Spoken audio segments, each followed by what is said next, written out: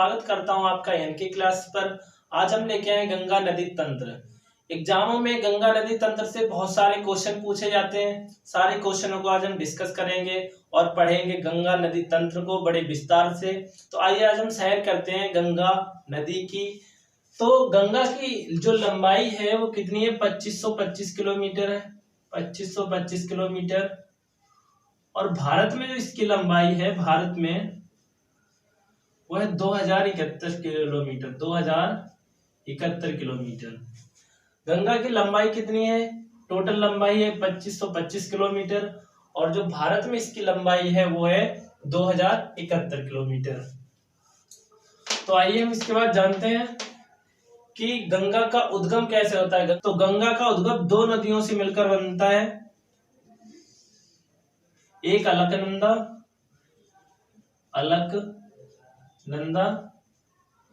और दूसरी भागीरथी।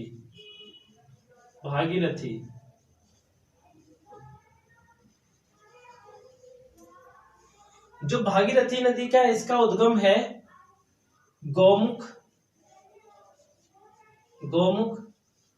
और जो अलकनंदा नदी है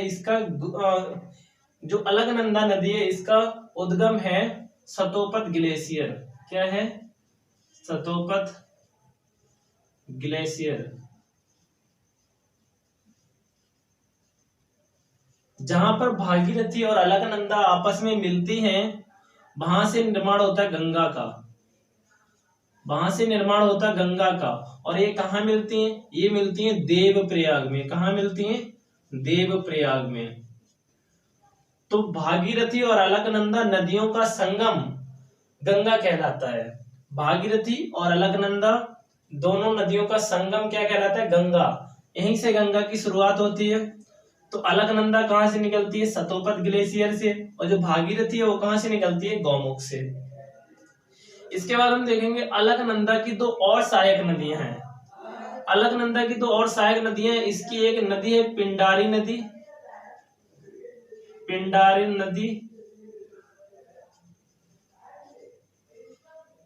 वो जहां पे मिलती है उसको कहते हैं कर्णप्रयाग। क्या कहते हैं? कर्णप्रयाग। पिंडारी नदी जहां अलकनंदा से मिलती है उसको हम कहते हैं कर्णप्रयाग। और इसमें एक और नदी आके मिलती है मंदाकिनी।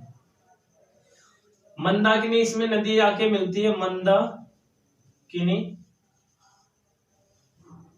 मंदाकिनी नदी जहां पे अलकनंदा से मिलती है उसे कहते हैं रुद्रप्रयाग। तो हम देखते हैं गंगा नदी का उद्गम कैसे हुआ। गंगा नदी का उद्गम भागीरथी और अलकनंदा से हुआ। अलकनंदा की दो और सहायक नदियां हैं, एक पिंडारी नदी जो कर्णप्रयाग में मिलती है आके अलकनंदा से, दूसरी है मंदाकिनी नदी जो रुद्रप्रयाग में अलकनंदा से आके मिलती है। उसके बाद जब अलकनंदा और भागीरथी दोनों का संगम होता है, वहां से शुरू होती है गंगा। और ये कहां पे होता है? देवप्रयाग में। उसके बाद दोस्तों हम जब आगे चलते हैं, गंगा यहां से गंगा निकलती है और यहां बांग्लादेश से जाकर बंगाल की खाड़ी में गिरती है। तो हम देखते हैं ये बंगाल की खाड़ी में गिरने से पहले इसको किन किन नामों से पुकारा जाता है। तो बंगाल की खाड़ी से गिरने से पहले इसको किन किन नामों से पुकारा जाता है, आइए हम देखते हैं।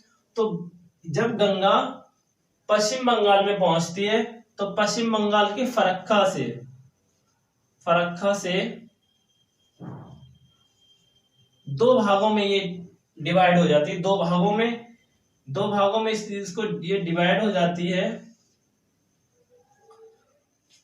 फरक्का से कितने भागों में डिवाइड होगी? दो भागों में। ये पश्चिम बंगाल के फरक्का से ये दो भागों में डिवाइड हो जाती है। अब ये गंगा दो भागों में डिवाइड हो गई फरक्का से। पश्चिम बंगाल के फरक्का से दो भागों में डिवाइड हो गई। इसकी जो एक शाखा है वो उसको किस नाम से जानते हैं? उसको जानते हैं हुगली नाम से। किस नाम से? हुगली नाम से। और जो दूसरी शाखा है उसको फिर भागीरथी के नाम से जानते हैं, भागीरथी। देखते हैं गंगा का पहले नाम पहले भागीरथी और अलकनंदा से मिलकर क्या बनी? गंगा। उसके बाद जब पश्चिम बंगाल फरक्का में पहुंची तो इसकी धाराएं दो भागों में बट गई। जब इसकी धाराएं दो भागों में बट गई तो इसका नाम फिर से बदल गया। इसका नाम क्या हो गया? जो एक शाखा है जो कोलकाता को गई है उसका नाम हुबली है और दूसरी शाखा का नाम भागीरथी है। तो जो कोलकाता शहर है वो हुगली नदी के किनारे बसा है। पूछा जाता है क्वेश्चन कि कोलकाता शहर किस नदी के किनारे बसा है, तो कोलकाता जो शहर है वो हुगली नदी के किनारे बसा है। उसके बाद देखते हैं दोस्तों, ये जो भागीरथी नदी है ये जाती है पश्चिम बंगाल में। यहाँ पे जब एंट्री करती है, उसके बाद देखते हैं दोस्तों, जब ये भागीरथी नदी है जब ये बांग्लादेश में प्रवेश करती है, यहाँ से पश्चिम बंगाल से बांग्लादेश में प्रवेश करती है, तब बांग्लादेश में इसको पद्मा के नाम से जानते हैं। जब एंट्री यहाँ पे करती है तो इसको पद्मा नाम से जानते हैं। जब ये बांग्लादेश में प्रवेश करती है तो इसको पद्मा नाम से जानते हैं। किस नाम से? पद्मा नाम से। किसको? भागीरथी को। देखते हैं, पहले भागीरथी, फिर गंगा, फिर भागीरथी, उसके बाद पद्मा। पद्मा हो गई, अब इसका नाम फिर से बदलेगा। जब इसमें ब्रह्मपुत्र नदी आके मिलती है तो इसका नाम फिर से बदलता है। तो एक नदी आती है ऊपर से, ब्रह्मपुत्र, और अरुणाचल प्रदेश इधर से होती हुई यहाँ पर आती है ये, और जब ये पश्चिम बंगाल में गंगा से मिलती है, गंगा से मिलती है, तब इसको बोला जाता है मेघना। क्या बोलते हैं? मेघना। जब ब्रह्मपुत्र और पद्मा की धारा एक साथ मिलती है तो हम मेघना इसे जानते हैं, फिर ये मेघना के नाम से जानी जाती है। उसके बाद ये बंगाल की खाड़ी में गिर जाती है। दोस्तों क्वेश्चन ऐसे पूछा जाता है, जो ब्रह्मपुत्र नदी है इसको बांग्लादेश में किस नाम से जाना जाता है? तो ये जो ब्रह्मपुत्र नदी है इसको बांग्लादेश में जमुना के नाम से जाना जाता है। तो ये जब जमुना पद्मा से मिलती है आके, तब इसका नाम फिर से मेघना हो जाता है। तो इसका नाम किस तरीके से चेंज होता है गंगा का, ये देखा है हमने। पहले भागीरथी और अलकनंदा से गंगा बनी, फिर उसकी फरक्का में, पश्चिम बंगाल के फरक्का में दो शाखाएं हुई, एक हुबली और फिर एक भागीरथी। उसके बाद जब इसने, गंगा ने बांग्लादेश में प्रवेश किया तो इसको पद्मा नाम से जाना गया, और उसके बाद जब उसमें जमुना ब्रह्मपुत्र नदी आके मिल गई तो उसको मेघना के नाम से जाना जाता है। तो ये तो इसकी रास्ता रही कि हाँ किस किस तरीके से ये जाती है बंगाल की खाड़ी में, किस तरीके से इसके नाम चेंज होते हैं। इसके बाद दोस्तों देखते हैं इसमें इसकी सहायक नदियां कौन कौन सी हैं। तो सबसे बड़ी इसकी जो सहायक नदी है वो यमुना है। कौन सी है? यमुना नदी। सबसे बड़ी जो सहायक नदी है वो यमुना है इसकी। गंगा की सबसे बड़ी सहायक नदी यमुना है। अब दोस्तों यमुना के बारे में जानते हैं, तो ये यमुना कहां से निकलती है? यमुना उत्तराखंड के बंदरपूछ चोटी से यमुनोत्री से निकलती है। किससे निकलती है? यमुनोत्री से। यमुना है वो यमुनोत्री से निकलती है। उत्तराखंड के बंदरपूछ जो चोटी है उसके यमुनोत्री से निकलती है। और ये गंगा में कहां पर मिलती है आके? ये मिलती है आके इलाहाबाद में। इलाहाबाद या प्रयागराज। प्रयागराज कहां पे मिलती है आके दोस्तों? ये मिलती है आके इलाहाबाद या प्रयागराज में। यमुना और गंगा का जहां पर मिलन होता है उसे हम प्रयाग कहते हैं, प्रयागराज या इलाहाबाद में। उसके बाद देखते हैं दोस्तों यमुना, यमुना के बारे में। यमुना गंगा की सबसे सहायक नदी है। इसका प्राचीन नाम क्या है? इसका प्राचीन नाम कालिंदी है। कालिंदी इसका प्राचीन नाम है, कालिंदी। इसके बाद देखते हैं दोस्तों यमुना की भी सहायक नदियां हैं। तो यमुना की सहायक नदी सबसे चंबल है, केन है और बेतवा है। कौन कौन सी है? चंबल, बेतवा और केन। यमुना की सहायक नदियां कितनी है? चंबल, बेतवा और केन। ये यमुना की सहायक नदी है। चंबल ये मध्य प्रदेश से निकलती है और राजस्थान होते हुए उत्तर प्रदेश के इटावा के पास यमुना में मिल जाती है। उत्तर प्रदेश के इटावा के पास यमुना में मिलती है। उसके बाद ये जो बेतवा नदी है, बेतवा, ये भी मध्य प्रदेश के भोपाल से निकलती है और उत्तर प्रदेश के हमीरपुर के पास यमुना में मिलती है। हमीरपुर के पास यमुना में मिलती है कौन सी? बेतवा। और उसके बाद एक केन और है, केन भी यमुना की सहायक नदी है। तो हमने देखा कि गंगा की सबसे बड़ी सहायक नदी यमुना है और यमुना की भी सहायक नदी चंबल, बेतवा और केन। तो चंबल कहां से निकलती है? चंबल कहां से निकलती है? तो चंबल मध्य प्रदेश के जनापाव पर्वत से निकलती है। कहां से निकलती है? जनापाव पर्वत से। जनापाव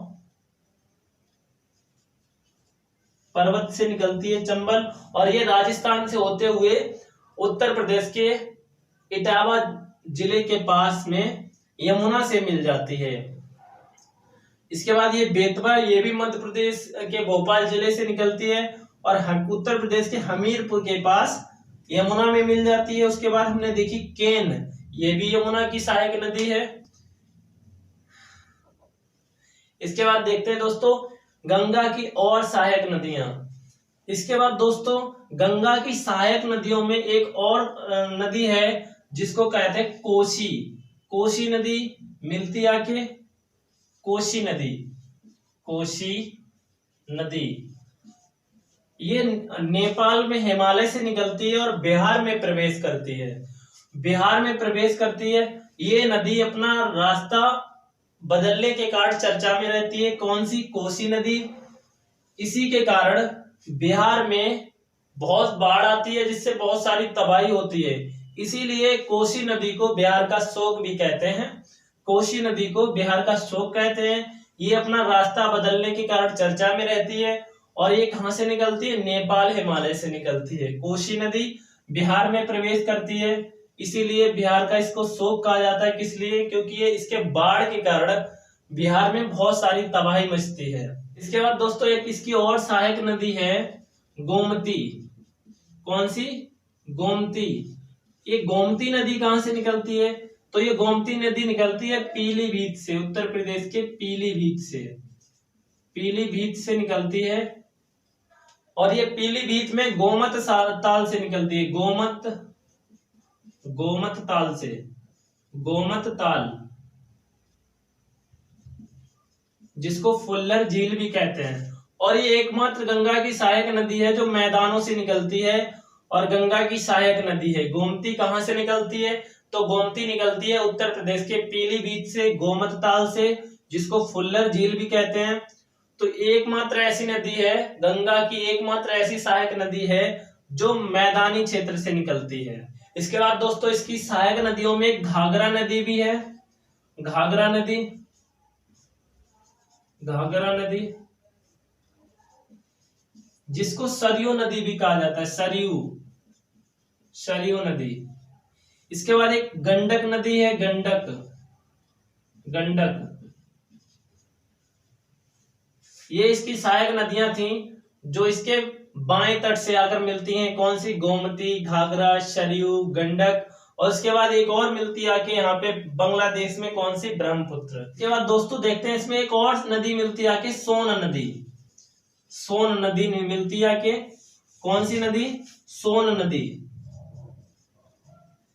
इसकी सहायक नदियों में एक सोन नदी है। ये कहां से निकलती है? ये मध्य प्रदेश के अमरकंटक पहाड़ियों से निकलती है। अमरकंटक, अमरकंटक पहाड़ियों से निकलती है और ये पटना के पास मिलती है आगे। कहां? पटना के पास। ये गंगा की सहायक नदियों में कहां मिलती है? कि पटना के पास मिलती है आगे। तो सोन नदी कहां से निकलती है? मध्य प्रदेश में अमरकंटक की पहाड़ियों से निकलती है। तो हमने देखा इसके बाएं तट से कौन कौन सी नदियां मिलती हैं। बाएं तट से मिलने वाली नदियां गोमती, घाघरा, गंडक, कोसी और एक ब्रह्मपुत्र। इसके बाद दाएं तट से आपको केवल 3 नदियां याद रखनी है। कौन कौन सी? यमुना, सोन और टोंस। कितनी नदियां? 3 नदियां, यमुना, सोन और टोंस नदियां कहां से? गंगा के दाएं तट से मिलती हैं। गोमती, घाघरा, गंडक और कोसी ये यमुना के बाएं तट से मिलती है आके, और ब्रह्मपुत्र है वो भी बाएं तट से मिलती है आके। इसके बाद देखते हैं दोस्तों, गंगा नदी को जो राष्ट्रीय दर्जा मिला, राष्ट्रीय नदी का दर्जा मिला वो 2008 में मिला। 2008 में गंगा को राष्ट्रीय नदी का दर्जा मिला। राष्ट्रीय नदी का दर्जा किसको? गंगा को कब मिला? 2008 में। तो दोस्तों ये थी हमारे गंगा नदी की तंत्र की वीडियो। दोस्तों आपको ये वीडियो कैसी लगी, लाइक और सब्सक्राइब करना, और लगातार हमारी वीडियो देखने के लिए बेल आइकन को दबाना, जिससे हमारी लगातार वीडियो सीरीज आपको मिलती रहे। इसके बाद हम पढ़ाएंगे सिंधु नदी तंत्र, उसके बाद हम पढ़ाएंगे ब्रह्मपुत्र नदी तंत्र। तो दोस्तों देखते रहिए और हमारे साथ बने रहिए। Thank you for watching.